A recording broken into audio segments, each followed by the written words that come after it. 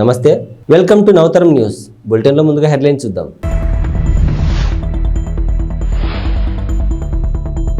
గిద్దలూరు ఎన్నికల రిటర్నింగ్ అధికారిని నాగజ్యోతి ఆధ్వర్యంలో స్వీప్ అవగాహన ర్యాలీ.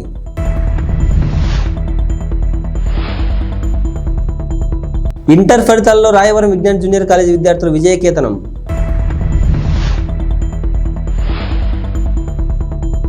కొంగు చాచి అడుగుతున్నాము, న్యాయం చేయండి వైఎస్ షర్మిలారెడ్డి. ప్రకాశం జిల్లా ఎన్నికల రిటర్నింగ్ అధికారి ఆదేశాల మేరకు ఓటు హక్కును వినియోగించుకోవాలని కోరుతూ గిద్దలూరు ఎన్నికల రిటర్నింగ్ అధికారిని నాగజ్యోతి ఆధ్వర్యంలో స్వీప్ అవగాహన ర్యాలీ నిర్వహించారు. అనంతరం జెండా ఊపి ప్రారంభించారు. ఈ సందర్భంగా ఎన్నికల రిటర్నింగ్ అధికారిని నాగజ్యోతి మాట్లాడుతూ స్వీప్ ముఖ్య ఉద్దేశం ఓటు హక్కు వినియోగిద్దాం, ప్రజాస్వామ్యాన్ని గెలిపిద్దాం అనే నినాదంతో 18 సంవత్సరాలు నిండిన ప్రతి ఒక్క యువకులు ఓటు హక్కు నమోదు చేసుకోవడమే ముఖ్య ఉద్దేశమన్నారు. 18 సంవత్సరాలు నిండిన యువకులు ఎవరైనా ఓటు నమోదు చేసుకోకపోతే మరో చివరి అవకాశం ఉందని, ఖచ్చితంగా ఓటును నమోదు చేసుకుని భారత ప్రజాస్వామ్య పరిరక్షణ కోసం ప్రతి ఒక్కరూ తమ కర్తవ్యాన్ని గుర్తించి ఓటు వేయాలన్నారు.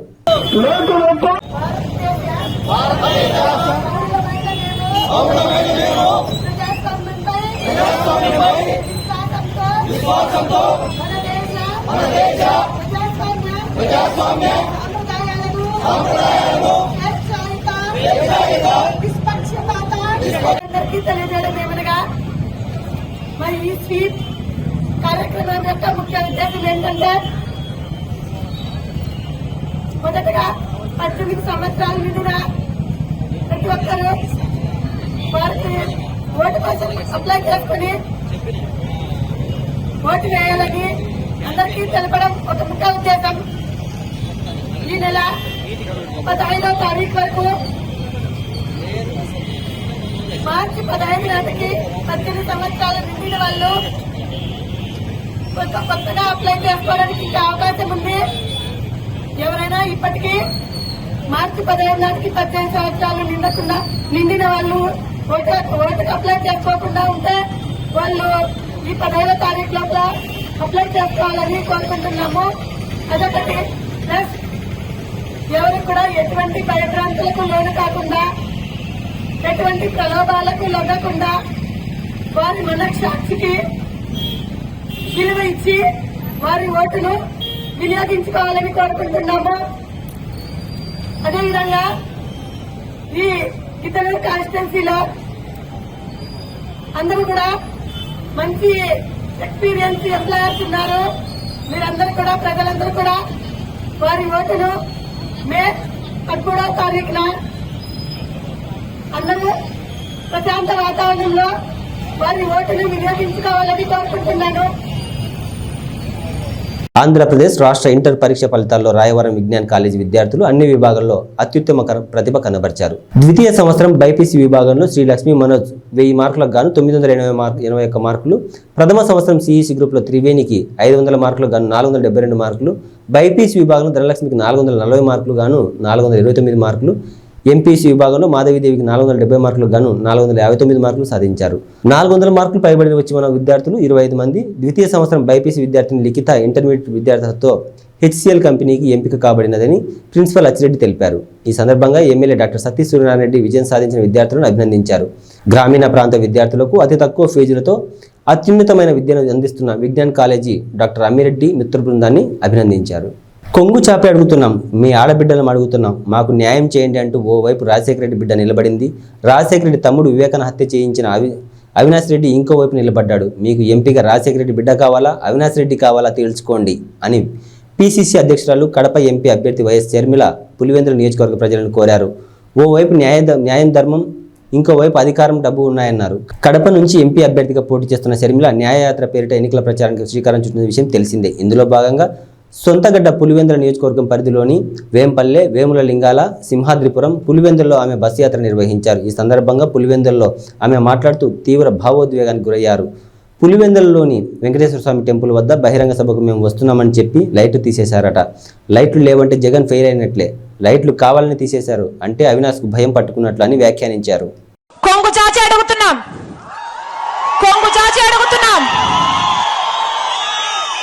మీ ఆడబిడ్డలు అడుగుతున్నాం, రాజశేఖర రెడ్డి బిడ్డ అడుగుతుంది, వివేకానంద రెడ్డి బిడ్డ అడుగుతుంది, మా కొంగు చాచి అడుగుతున్నాం, న్యాయం చేయండి, న్యాయం చేయండి. నిర్ణేతలు.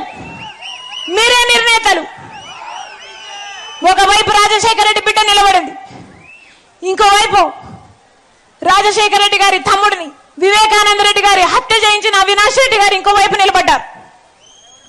మీకు ఎంపీగా ఎవరు కావాలో, రాజశేఖర రెడ్డి బిడ్డ కావాలో లేకపోతే హత్య చేసిన అవినాష్ రెడ్డి గారు కావాలో మీరు తెలుసుకోండి. ఒకవైపు న్యాయం ఉంది, ఇంకోవైపు అధికారం ఉంది. ఒకవైపు ధర్మం ఉంది, ఇంకోవైపు డబ్బు ఉంది. మీరు ఏ వైపు నిర్ణయించుకోవాల్సిన సమయం వచ్చింది. నేను రాజశేఖర రెడ్డి బిడ్డను. పులి కడుపున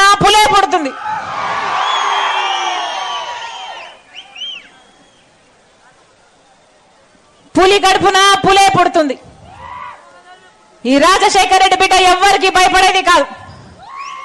అలాగే అన్యాయం జరుగుతుంటే సహించేది కూడా కాదు.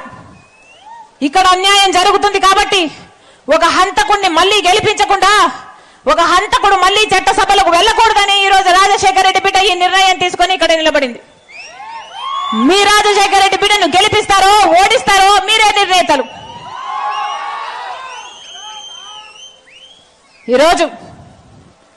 ఈ రోజుటికి 4 రోజులైంది కడప ఎంపీగా నేను నిలబడుతున్నాను అని. నేను కడప పార్లమెంటు స్థానంలో తిరగబట్టి 4 రోజులైంది. 4 రోజులు అయిందో లేదో ఈ రోజు వచ్చిన వార్త అవినాష్ రెడ్డి గారిని కర్నూలు జిల్లా ఆలూరు తాలూకా హోలగుంద మండల కేంద్రంలో టీడీపీ, జనసేన, బీజేపీ కూటమి అభ్యర్థి వీరభద్రగౌడ తనయుడు గిరీష్ మల్లేష్ గౌడ ఎన్నికల ప్రచారం నిర్వహించారు. ఈ సందర్భంగా అయోధ్యనగర్లో ఘన స్వాగతం పలికారు. అనంతరం కార్యకర్తలతో గడప గడపకు ప్రచారం చేస్తూ సైకిల్ గుర్తుకే ఓటు వేయాలని కోరారు. ఈ కార్యక్రమంలో టీడీపీ, జనసేన, బీజేపీ కార్యకర్తలు పాల్గొన్నారు.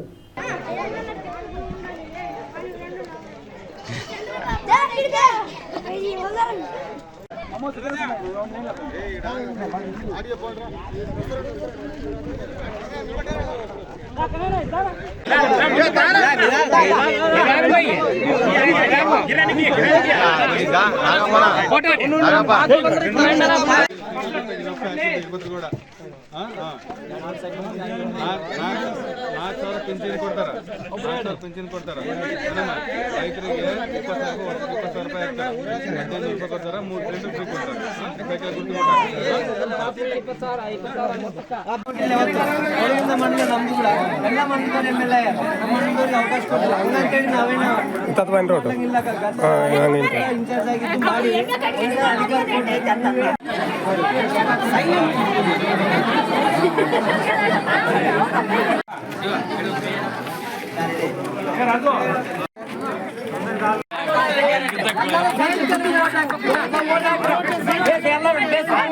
ಸೈಕಲ್ ಗುರ್ತು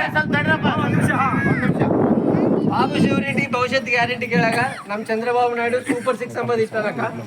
ಮಹಿಳೆಯರಿಗೆ ಮನೆಗೆ ಓದಿಗೆ ಅಂತ ಹುಡುಗರು ಆಗಲಿ ಹುಡುಗ ಆಗಲಿ ಓದಿಕೆ ಹುಡುಗರಿಗೆ 15,000 ರೂಪಾಯಿ ಕೊಡ್ತಾನಕ್ಕ ವರ್ಷಕ್ಕೆ. ಇಷ್ಟು ಮುಂಚೆ ಜಗನ್ಮೋಹನ್ ರೆಡ್ಡಿ ಇವಾಗ ಅಮ್ಮ ಒಡಿ ಅಂತೇಳಿ ಒಬ್ಬರಿಗೆ ಕೊಡ್ತಾನ, ಅದು ಕೂಡ ಇವಾಗ 13,000 ಏನೋ ಕೊಡ್ತದನ, ಕೊಡವಲ್ಲ ಫುಲ್ಲು. ಚಂದ್ರಬಾಬು ನಾಯ್ಡು ಬಂದ ಮೇಲೆ 15,000 ಮನೆಗೆ ಎಷ್ಟು ಮಂದಿ ಹುಡುಗರು ಇದ್ರೆ ಆ ಮಂದಿಗೆ 15,000 ಕೊಡ್ತಾನಕ್ಕ. ఆడబిడ్డ నిధి కింద కొంచెం ఆడబిడ్డ నిధి కింద 18 సంవత్సరాల నుండి 55 సంవత్సరాలు ఉన్నంత వరకు ఉన్న వాళ్ళకి నెలకు 1,500 రూపాయలు ఇస్తాడక్క. తర్వాత దీపం పథకం కింద మనం ఇంతకు ముందు గ్యాస్ స్టవ్ ఒక సిలిండర్ ఇస్తుంటే ఈ ప్రభుత్వం ఇయ్యలేదు. మేము మా చంద్రబాబు నాయుడు ప్రభుత్వం పోయిన తర్వాత ఈ ప్రభుత్వం ఇయ్యలేదు. గ్యాస్ పథకం కింద మనం అప్పుడు ఒక సిలిండర్ ఒక స్టవ్ ఇస్తుంటే అదే మళ్ళీ దీపం పథకం తెచ్చి సంవత్సరానికి 3 గ్యాస్ సిలిండర్లు ఉచితంగా ఇస్తున్నాడు మా చంద్రబాబు నాయుడు. తర్వాత మహిళలకు అక్క నేను చెప్పేది మహిళలకి జిల్లాలో ఎక్కడ తిరిగినా ఉచితంగా బస్సు ప్రయాణం. ఏమక్క రైతులకి ఇక్కడ ఉన్నటువంటి రైతులకి ఆర్థిక సాయం రైతు భరోసా కింద సంవత్సరానికి 20,000 రూపాయలు ఆర్థిక సాయం చేస్తున్నాడు అక్క. ఇవన్నీ బాబు ష్యూరిటీ భవిష్యత్ గ్యారంటీ కింద. తర్వాత యువతకు మన ఉన్న యువత జగన్మోహన్ రెడ్డి ప్రభుత్వం వచ్చిన తర్వాత మన యువతకు ఉద్యోగాలు లేక ఎంత నష్టపోతున్నారో మనం చూస్తున్నాం. ఏమన్నా ఇక్కడ ఉన్నటువంటి యువత ఎవరైనా కానీ 20 లక్షల ఉద్యోగాలు చంద్రబాబు నాయుడు ప్రకటించినాడన్నా. ఉద్యోగాలు రాని వాళ్ళకి నిరుద్యోగ వృత్తి కింద 3,000 రూపాయలు కూడా మా చంద్రబాబు నాయుడు ఘనత ఇస్తున్నాడన్నా. ఈ ఘనత చంద్రబాబు నాయుడుకి దక్కుంది. గతంలో చంద్రబాబు నాయుడు ఉన్నప్పుడే ఈ ఆలూరు తాలూకా అభివృద్ధి చెందింది. రాబోయే ప్రభుత్వం 30 రోజుల్లో చంద్రబాబు నాయుడు ప్రభుత్వమే రాబోతుంది. మీరు దయచేసి ఈ 5 సంవత్సరాలు ఎవరికైతే ఓటేసి మోసపోయారో ఈసారి సైకిల్కి ఓటేసి గెలిపించండి. తెలుగుదేశం పార్టీ అభ్యర్థిగా ఒళ్ళుగుంద మండలం వాసునిగా వీరభద్ర కూడా నిలబడినాడు. ఒకటి గురువ మా నాగరాజని నిలబడినాడు ఎంపీకి, ఒకటి ఎమ్మెల్యేకి. 2 సైకిల్ ఓటేసి గెలిపించండాక మీ పనులు ఏమున్నా చేస్తామక. రైల్వే శాఖ మాజీ కేంద్ర సహాయ మంత్రి కోట్ల సూర్యప్రకాష్ రెడ్డి వైసీపీ నాయకులకు వార్నింగ్ ఇచ్చారు. ఆర్థిక శాఖ మంత్రి బుగ్గన అనుచరుడు డోన్ మండలం కమలాపురం సర్పంచ్ అర్జున్ రెడ్డి తన అనుచరులతో కలిసి కోట్ల సూర్యప్రకాష్ రెడ్డి సమక్షంలో తెలుగుదేశం పార్టీ కండువా కప్పుకున్నారు. ఈ నేపథ్యంలో భారీ ఎత్తున ర్యాలీ నిర్వహించారు. ఈ సందర్భంగా మాట్లాడుతూ అర్జున్ రెడ్డికి అలాగే ఆయన అనుచరులకు తన కుటుంబం అండగా ఉంటుందని హామీ ఇచ్చారు. వైసీపీ నాయకుల కేసులకు భయపడమని ఆయన హెచ్చరించారు. డోన్ నియోజకవర్గంలో తాగునీటి సమస్య అధికంగా ఉందని, తాము అధికారంలోకి వచ్చిన వెంటనే తాగునీటి సమస్యను తీరుస్తామని హామీ ఇచ్చారు. కుటుంబాలు కూడా అదే మంచి కుటుంబాలు. కొన్ని కారణాల వల్ల రాష్ట్రం విడిపోయినాక మేము కర్నూలు పోయినా కాబట్టి ఇక్కడ కొన్ని ఇబ్బందులు వచ్చాయి. దాన్ని దృష్టి పెట్టుకొని మన కర్నూలులో నేను ఎంపీగా 3 సార్లు పోటీ చేశాను. ఈసారి కుటుంబాలకు ఇచ్చాను. నేను ఏ కులానికి వ్యతిరేకం కాదు. చంద్రబాబు నాయుడు పిలిపించి మీరు జోన్లో పోటీ చేయండి, జోన్లో పరిస్థితి బాగాలేదు అంటే ఇంతవరకు వచ్చాను. ఈరోజు జోన్లో బ్రహ్మాండమైన రెస్పాన్స్ వస్తుంది. గతంలో మేము చేశాం. గతంలో మా నాన్నగారు ఎమ్మెల్యే చేశారు, నా భార్య చేసింది, నేను ఎంపీ చేశాను. కాబట్టి అన్ని గ్రామాలకు సంబంధం ఉన్నాయి. చాలా మంది సంతోషపడతారు. మళ్ళీ మా సొంత ఇంట్లో మేము పోయినట్టు ఫీల్ అవుతారు అన్ని కులాలు కూడా. కాబట్టి తప్పకుండా అర్జున్ రెడ్డి మీరు స్వాగతం పలుకుతున్నాం. అర్జున్ రెడ్డి వాళ్ళ 19 మిత్రుల్ని వాళ్ళ మన గ్రామస్తులందరూ కూడా స్వాగతం పలికి అర్జున్ రెడ్డి గారు స్వయంగా చెప్పారు అక్కడ మాకు నష్టపోయే మర్యాద. కానీ ఏనాడు కూడా ప్రకాష్ రెడ్డి తెలుగుదేశం రెడ్డి నష్టపోయేది ఎవరు చెప్పట్లేదు, ఎవరు చెప్పట్లేదు మహిళలు. కానీ ఇక్కడ లారీ ట్రాన్స్పోర్టర్స్ కానివ్వండి, మార్కెట్ కానివ్వండి, రకరకాల ఇబ్బందులు పెడతారు. పోలీసులు పెట్టుకొని వాళ్ళ పేరు పెట్టి భయపడుతుంది. వాస్తవమే. మళ్ళీ ఏం చేస్తుంది, ఎలక్షన్ కమిషన్ ఏం చేస్తుంది, పోలీసులు ఏం చేస్తారు. పోలీసులు తొత్తులేడు. నేను కూడా పోలీసులు మరొకసారి వార్నింగ్ ఇస్తున్నా. మీ కాలం దగ్గరికి అయింది. వచ్చేది తెలుగుదేశం పార్టీ కాబట్టి దయచేసి మీరు పార్షల్ లేకుండా వర్షంగా ఉంటే బాగుంటుంది. లేకపోతే దాని గురించి తెలిసి వస్తుంది. తప్పకుండా అర్జున్ రెడ్డి బాగా సహకారం ఉంటాయి. అర్జున్ రెడ్డి ఇబ్బంది వాళ్ళ మనుషులుగా వాళ్ళకి కానీ మమ్మల్ని నమ్మలేదు ఎవరు కూడా అన్యాయం చేయకుండా తప్పకుండా వాళ్ళ వ్యాపారం కానివ్వండి ఏమైనా కానీ మేము అభివృద్ధిలో తోడ్పడతాం. తప్పకుండా భయం లేకుండా ప్రశాంతంగా మనతో కలిసి గెలిపించుకుంటామని చెప్పి మీ తప్పని కోరుకుంటున్నాం. అభివృద్ధి కనిపించడం లేదని చెప్పేసి మంత్రి గారు అంటున్నారు. అభివృద్ధి ఏమంది అభివృద్ధి ఏమో చెప్పు. బిల్డింగ్లు కట్టాము. ఏ బిల్డింగ్ కట్టా? ఏ బిల్డింగ్ అభివృద్ధి అనేది కనిపించడం లేదు. ఒకసారి నాకు కాదు ప్రజలకు పెడతారు. మేము ఎప్పుడు కానీ మా కుటుంబం అభివృద్ధి చేశారని చెప్తాం. మేము వీళ్ళు అభివృద్ధి చేయకుండా చేశారు. రోడ్డు తాడేశాడు. కొత్త రోడ్డు ఎక్కడ వెళ్ళా. ఇప్పుడు హాస్పిటల్ కూడా మేము 9 శాంక్షన్ చేశాం. తీసిపోయి హాస్పిటల్ ఏ హాస్పిటల్ అది ట్రైబల్ హాస్పిటల్. అది తెలుసు కానీ ట్రైబల్ హాస్పిటల్ కట్టాడు. అది అలహాబాద్ సంబంధించిన హాస్పిటల్. అది రోడ్డు కట్టాడు. అందులో ఎక్విప్మెంట్ లేదు. నామకా సెట్ కట్టాడు బ్రహ్మాండంగా. పైన పట్టాలు లోన్ ఉంటారు. ఏం లేదు కట్టా చెప్పుకుంటే ఏం కట్టాడు. మేము నీళ్ళు ఇచ్చాం. శ్రీరాజ ఉన్నప్పుడు డోన్లో నీళ్ళు ఇచ్చాం. 70 కోట్ల నీళ్ళు ఇచ్చాం. మళ్ళీ ఇస్తాం. అది అభివృద్ధి కాదా? అది నీళ్ళు ఇచ్చాం. ఈరోజు నేషనల్ హైవే పక్కన ఇల్లది ఖాళీ మొత్తం డెవలప్ అయింది. ఇక్కడ ఈ ఖాళీ ఆయన కప్పట్లేదు అడుగుతున్నా. ఆయన కప్పట్లేదా? మొన్న వచ్చి మేమేసి రోడ్డు కదా రోడ్ వేసి బిల్డింగ్ వెళ్తే అభివృద్ధి. అది అభివృద్ధి ఉంటే గ్రామాలకు వెళ్దాం. నువ్వు వెళ్ళు గ్రామాలకు. ఆయన చెప్పాడు నేను చేసి కానీ వస్తాను పోదాం అన్నాడు. మాకు వేసుకునే అవసరం లేదు. మాకు గుర్రబండు ఎద్దుబండు సార్ పోస్తాం. మేము కూడా వస్తాం. మేము రైతులమే. తర్వాత రాజకీయం వచ్చాం. ఆయన రైతు కాదు, రాజకీయ నాయకుడు కాదు. ఆయన వ్యాపారస్తుడు. అది ఎంత వ్యాపారస్తు బుద్ధి ఉంటుంది. ఇప్పుడు ఆయనకుగా ఏదో అభివృద్ధి ప్రజలు చెప్పాలి. అభివృద్ధి ప్రజలు ఓపెన్గా ఓటేస్తారు. ఇంత డబ్బులు ఇచ్చి కొనుక్కే పని లేదు. నేను అడుగుతాను డబ్బు చేసింటే నువ్వు డబ్బులు ఎందుకు పంచుతావు? నీ పేరు పోతావు. అంత అన్ని కూడా పోతారు. అది 1 పోతారు. అది అంతా తెలిసిపోయింది. అభివృద్ధి 0. గెలిచేది మేమే. తెలుగుదేశం పార్టీ గెలుస్తుంది. అప్పుడు అభివృద్ధి చూపిస్తాం. మళ్ళీ మేము ఆయనకు చూపిస్తాం. అభివృద్ధి చూపిస్తాం. మేము రాష్ట్ర ప్రజల శ్రేయస్సే తన శ్రేయస్సు అనుకుంటూ రాష్ట్ర ప్రజల కోసం ఎన్నో అనేక రకమైన సంక్షేమ పథకాలు ప్రవేశపెట్టిన ఘనత జగన్మోహన్ రెడ్డికే దక్కుతుందని పశ్చిమ నియోజకవర్గ ఎమ్మెల్యే అభ్యర్థి అడారి ఆనంద్ కుమార్ అన్నారు. 92వ వార్డు వెంకటాపురంలో ఎన్నికల ప్రచారంలో భాగంగా జీవీఎంసీ కోఆప్షన్ సభ్యులు బెహ్రా భాస్కర్ రావు, పశ్చిమ నియోజకవర్గం ఎమ్మెల్యే అభ్యర్థి అడారి ఆనంద్ కుమార్ కలిసి పలు ప్రాంతాల్లో పర్యటించారు. అనంతరం ప్రతి ఇంటికి వెళ్లి జగన్మోహన్ రెడ్డి చేస్తున్న సంక్షేమ అభివృద్ధి పథకాలు ప్రజలకు వివరించారు. ఫ్యాను గుర్తుపై ఓట్లు వేసి గెలిపించాలని అభ్యర్థించారు. అనంతరం రోడ్ షోలో ఆనంద్ కుమార్కు అడుగడుగున ప్రజలు భ్రమరథం పట్టారు. పూలమాలలు, మహిళలు మంగళహారతులతో స్వాగతం పలికారు. ఈ కార్యక్రమంలో అభిమానులు, కార్యకర్తలు పాల్గొన్నారు. అయితే నా తాలూకా ఆలోచన ఏంటంటే, కంపెనీ ద్వారా యుద్ధం చేసి కంపెనీ మూసేస్తే అన్ఎంప్లాయ్మెంట్ వచ్చేస్తుందేమో అన్న భయం కొద్దీ మనకేం కావాలో కంపెనీని కోరుకుందాం అని చెప్పేసి మిమ్మల్ని శాంతింప చేయడానికి ప్రయత్నం చేశాను. అదొకటే నేను చేసిన తప్పు. మీరు ఆవేశంలో ఉన్నారు, నా మాట వినలేదు. ఆవేశంలో ఉండి నా మాట వినకపోయి ధర్నా అయింది, కేసులు పెట్టారు. అన్యాయంగా ఈ ప్రాంతంలో ఉన్న పిల్లలు ఆ టైంలో కేసులు పెట్టడం వల్ల ఈరోజు కూడా కోర్టు చుట్టూ తిరుగుతున్నారు. మనం కోరుకునేది రేపు అధికారంలో జగన్మోహన్ రెడ్డి గారు రాగానే, అలాగే ఈ ప్రాంతంలో శాసనసభ్యుడు అవగానే అడగవలసిన కోరిక, మా పిల్లల మీద ఏవైతే కేసులు పెట్టారో ఆ కేసులన్నీ పూర్తిగా రద్దు చేయించండి అని చెప్పేసి సభాముఖంగా నేను కోరుతున్నా. అలాగే ఇది ఇమీడియట్ గా సాల్వ్ చేయండి అంటే, ఈ రోజు ఆయన ఒక ల్యాండ్ని చూపించి, మన ప్రభుత్వం వాళ్ళకి ఒక ల్యాండ్ ఇస్తూ వాళ్ళ ల్యాండ్ మనం తీసుకొని ఇంకొక 10 రోజులు ఉంటే శంకుస్థాపన కూడా అయిపోయింది. కోడ్ రావడంతో ఈ రోజు ఈ 10 రోజులుగా ఆగింది. ఎలక్షన్ అయిపోగానే ఇమ్మీడియట్ గా ఏకేసీ కాలనీలో G+4 గ్రూప్ హౌసింగ్ కి శాంక్షన్ చేసిన గొప్ప ఘనత మన ముఖ్యమంత్రి గారు.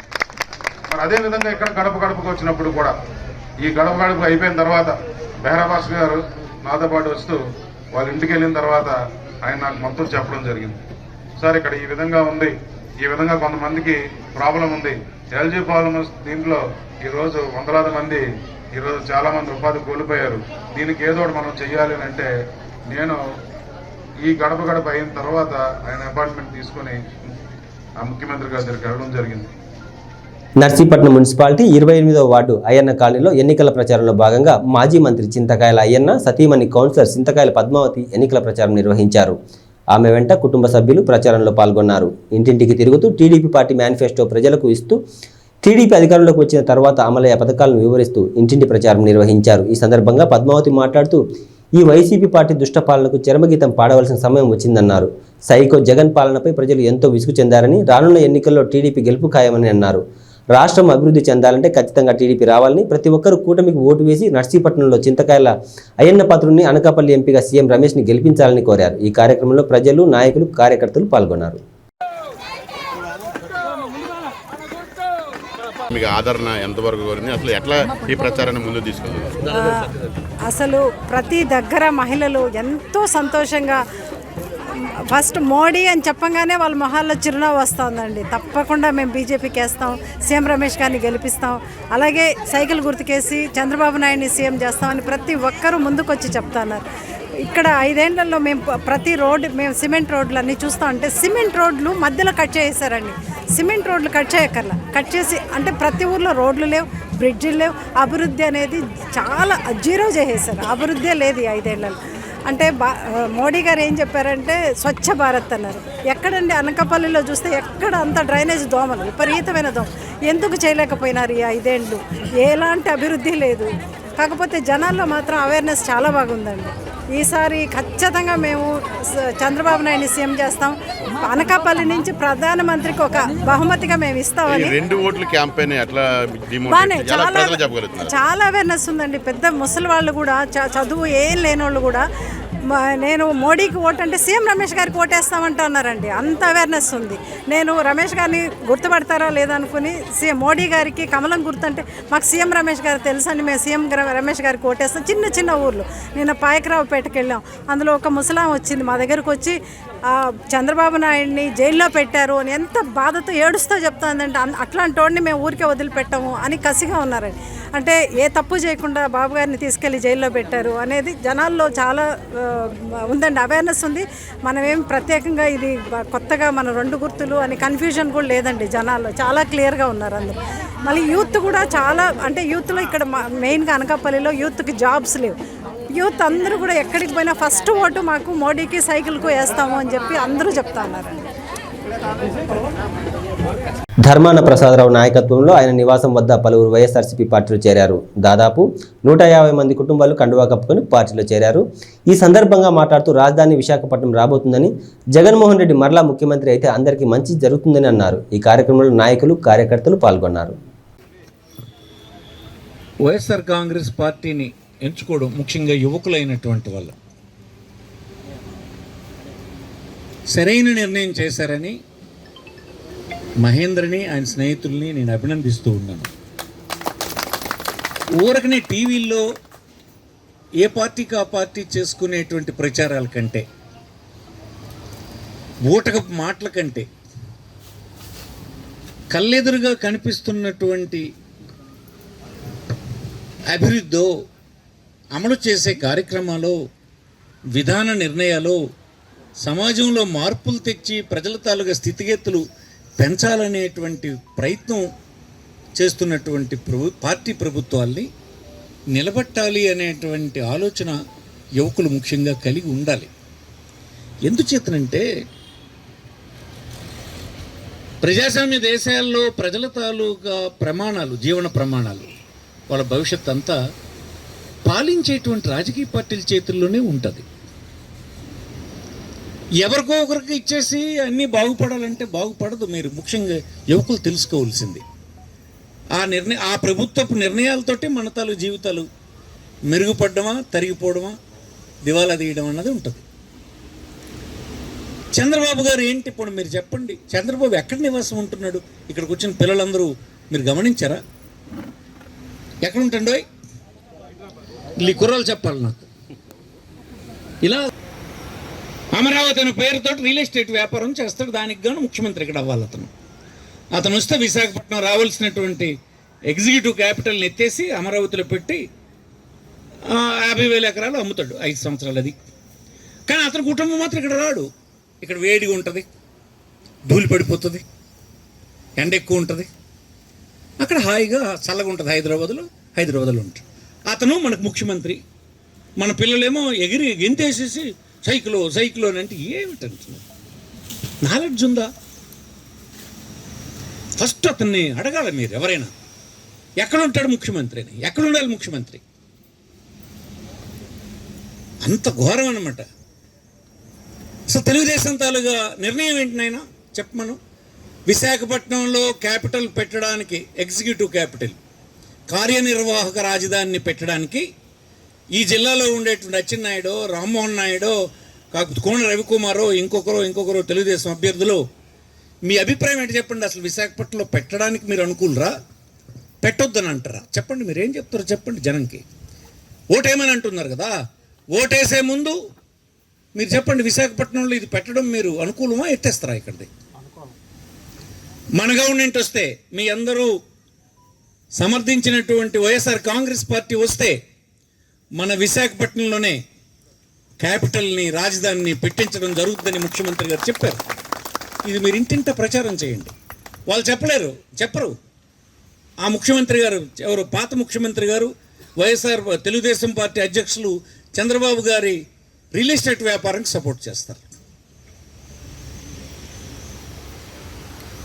ఈ జిల్లాలో పోటీ చేస్తూ ఈ జిల్లా ప్రజల తాలూకు అవసరాలకి, వాళ్ళ ఉన్నతికి పనిచేయ. రాజధాని అంటే ఏంటి? రాజధాని అంటే ఏమనుకుంటున్నారు?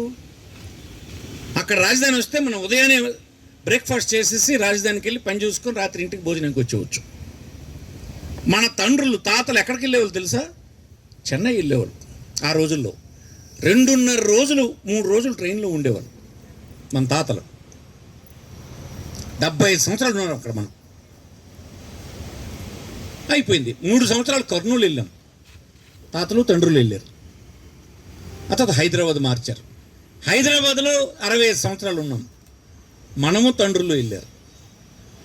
ఈవేళ రాష్ట్ర విభజనలో అవకాశం వచ్చింది. మిగిలినటువంటి ఒకే ఒక సమగ్రమైన పట్టణం, పెద్ద పట్టణం, అన్ని అర్హతలు ఉన్నటువంటి పట్టణం, కేంద్రం నియమించినటువంటి కమిటీ కూడా చెప్పినటువంటి పట్టణం విశాఖపట్నం. దాన్ని క్యాపిటల్గా పెట్టమంటే పెట్టకుండా ఇతనేమో వ్యాపారం చేయడానికి కోసమని రాజధానిని ఏర్పాటు చేస్తాడు, ప్రజలకు సంబంధం లేకుండా. అతను మనకి కాబోతున్నటువంటి ముఖ్యమంత్రి అని అతను చెప్తాడు. ఎందుకు వేయాలి మనం? విశాఖపట్నం క్యాపిటల్ వస్తే దేశ విదేశాల నుంచి పెట్టుబడి అంతా ఇక్కడికి వస్తుంది. విశాఖపట్నం చుట్టూన జిల్లాల్లో పెట్టుబడి అంతా వస్తుంది. పరిశ్రమలు వస్తాయి, సంస్థలు వస్తాయి, ఐటీ వస్తుంది. మన పిల్లలందరూ ఉద్యోగులు ఇక్కడే చేస్తారు. ఎక్కడో ఇంటర్మీడియట్ చదువుకున్న పిల్లడు మన జిల్లా నుంచి వెళ్ళిపోతాడు పాపం. ఆ తల్లి తండ్రి ఆ పిల్లడు ఎదిగొస్తే మాకు కాలొంగిన రోజున, కన్ను కనిపించని రోజున, చేతులు సాగని రోజున ఈ పిల్లడు మాకు ఆదుకుంటాడంటే ఏముంది ఇక్కడ? ఏముండదు కనుక ఇంటర్మీడియట్ అయిన తర్వాత చిన్న బ్యాగ్ తగిలించుకొని ఇలా కనిపించినటువంటి సుదూర ప్రాంతాలకు వెళ్ళిపోయి మురికి గట్ల మీద, చెరువు గట్ల మీద, దోమల మధ్యన, అనారోగ్యం మధ్యన చాలీ చాలని ఫుడ్తో కూలి చేసుకుంటూ బ్రతికినటువంటి పిల్లలే కదా మన జిల్లా వాళ్ళు. ఎన్నాళ్ళు ఈ బాధలు? ఎందుకు పడాలి ఈ బాధలు? ఎవరి నిర్వాహకం వాళ్ళు పడుతున్నాయి ఈ బాధలు? ఈవేళకైనా మార్పు తెచ్చుకోవడానికి మనం ప్రయత్నం చేయకపోతే ఎలాగ? మార్పు రావాలంటే ఏం చేయాలి? ఓటు అనేటువంటి దానితో మార్పు తేగలం. నిన్న జగన్మోహన్ రెడ్డి ఓటు వేయడం వల్ల ఏం జరిగింది?